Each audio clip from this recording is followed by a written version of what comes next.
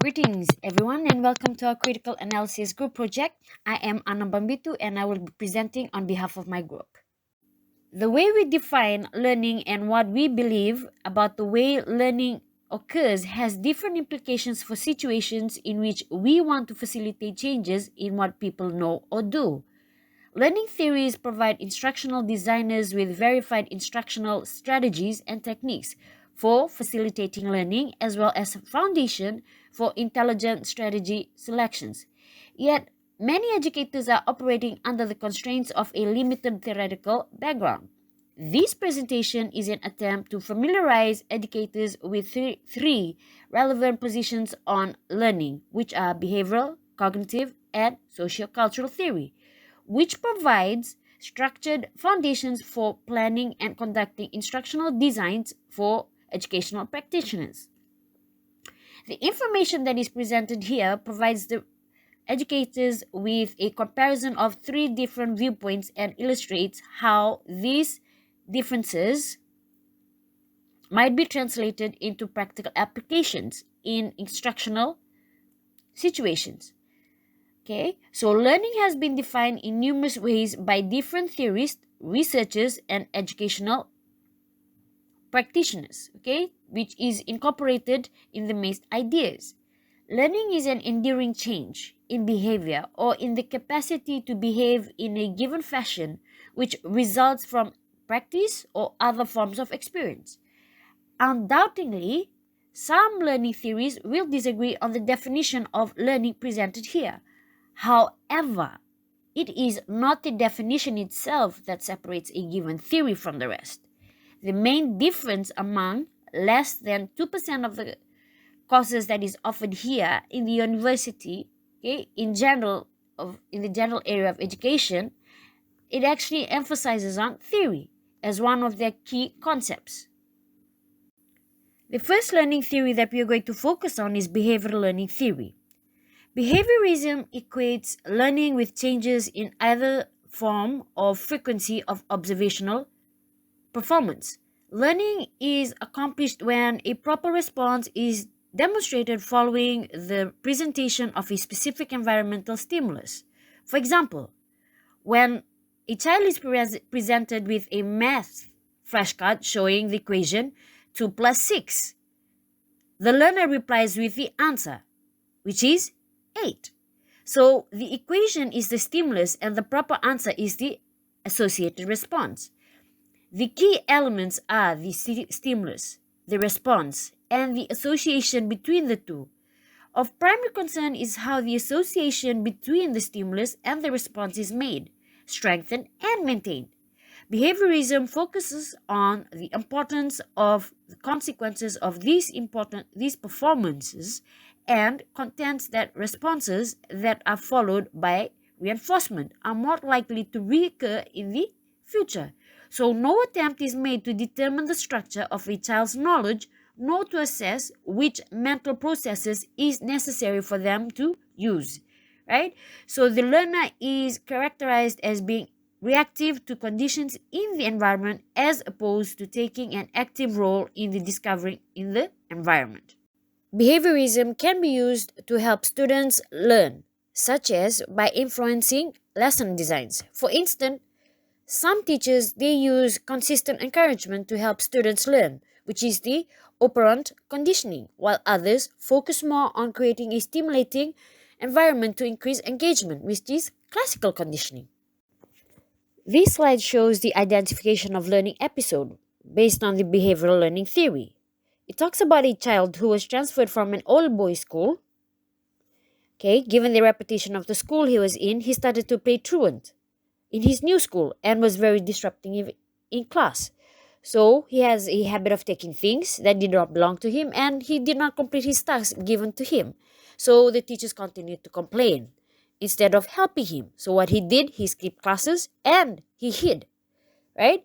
So motivation plays an important role in behavioral learning. Positive and negative reinforcements can be motivators for students. For example, a student who receives praise for a good test score is much more likely to learn the answers effectively than a student who receives no praise for a good test score. So in this situation, The student who receives no praise is experiencing negative reinforcements. Their brain tells them that though they got a good grade, or though they think that they're good, it didn't really matter. So the material of this test becomes unimportant to them, or the material of whatever is trying to be given to them is unimportant to them. So, conversely, students who receive positive reinforcement see a direct correlation to continuing excellence, which is the total opposite to the episode that we have, which is completely based on that response to a stimuli, which is being scolded by the teachers every now and then. The analysis of the learning episode: coming from a broken home and being abused by his stepdad, when he is in school, he decides to pay up, and when he gets the attention he wants, it becomes a norm because he gets the right amount of attention, and teachers are not helping him by reprimanding him and not trying to understand the real reasons for his behavior. When the EA teacher starts to investigate on the matter, he found out all the required information on the child and informed the rest of the teachers, who are now working together to get the right amount of help for the young boy and also helping him academically. Some causes of challenging behavior in children: the home environment, boredom, lack of routine, and learned behavior. In the home environment, if the child has a poor home environment like broken home environment, then they may feel like shouting and hostility or being hostile. Boredom: if the child feels bored in class and with their work. Lack of routine, often in their home environment, can also create challenging behavior. Example, late bedtimes and not enough sleep. Also, the last one would be learned behavior. The child may have learned that acting out is how they get what they want, or maybe they have been to the environment where everyone else acted the same way. Some common examples are stated in the slide, right? So teachers can implement behavioral learning strategy techniques in their classrooms in many ways, which includes drills. Teachers may practice skills using drill patterns to help students see the repetition and reinforcement that behavioral learning theory uses. Question and answers. Teachers can use a question as a stimulus and answer as a response, gradually getting harder with questions to help students. Guided practice. Teachers can be directly involved in helping students go through problems to give them the reinforcement and behavior demonstration you want them to follow. Regular review. Reviews are important to behavioral learning theory. Going back over materials and giving positive reinforcement will help students retain information much better. And finally, positive reinforcements. Behavioralist classrooms utilize positive reinforcements regularly. These can be in the form of verbal reinforcement and praise, reward system, and added privileges and more. The second learning theory is cognitive learning theory. Cognitive learning is an active style of learning that focuses on helping you how to maximize your brain's potential. Cognitive learning discourages the cramming concept, which is very much ineffective in education. In simple, cognitive is not a good technique to use for studying. It also helps you apply new information or skills in a real life situation. Cognitive theories, they stress the acquisition of knowledge and internal mental structures. Normally, they focus on the conceptualization of students' learning processes and address the issues of how information is received, organized, stored, and retrieved by the brain. Cognitivism, like behaviorism, emphasizes the role of environmental conditions play in facilitating learning. Instructional explanations, demonstrations, illustrative examples, and matched non-examples are all considered to be instrumental in guiding students' learning. Similarly, emphasis is placed on the role of practice with corrective feedback. Up to this point, little difference can be detected between these two theories. However, the active nature of the learner is perceived quite differently. The cognitive approach focuses on the mental activities of the learner that lead up to a response and acknowledges the processes of mental planning, goal setting, and organizational strategies. The picture indicates a learning taking place inside a classroom where the two children are actually trying to learn letters or their alphabets. The identification of learning episode of cognitive learning theory, it states that in this example, a child has been missing from school for 1 whole month due to medical reasons. When she returned to school, she had to prepare for the midterm examination. She missed out on a lot of coverage for all the subjects. So when she received her examination mark, her marks were very low. She did not master the questions that were covered within 1 month of her absence from school. Analysis of learning episode. As indicated above, the memory is given as a prominent role in the learning process.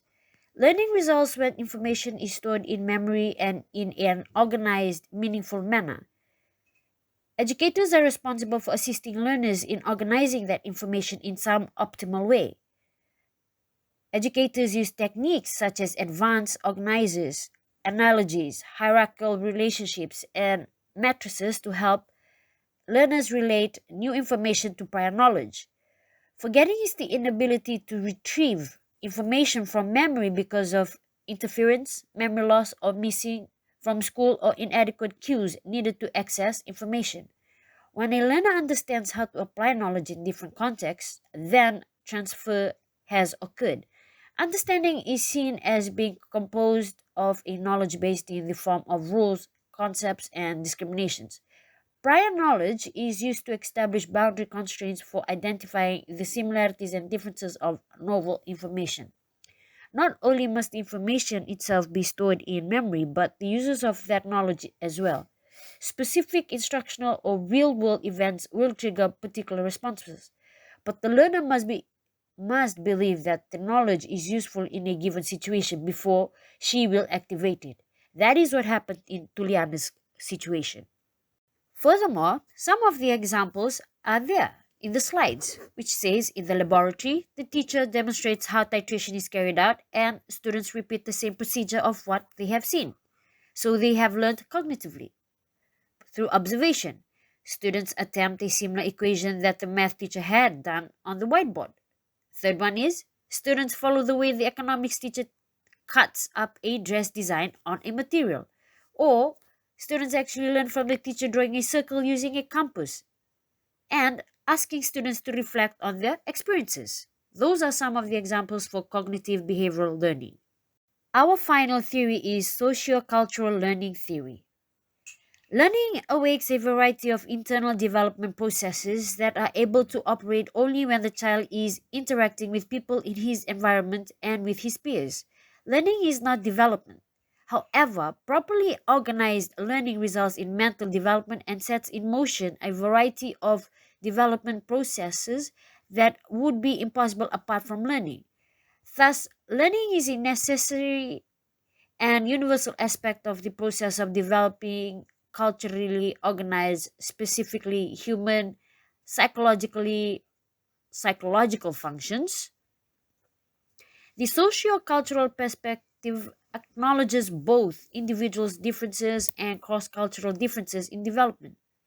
This sensitivity to diversity is quite important. Why?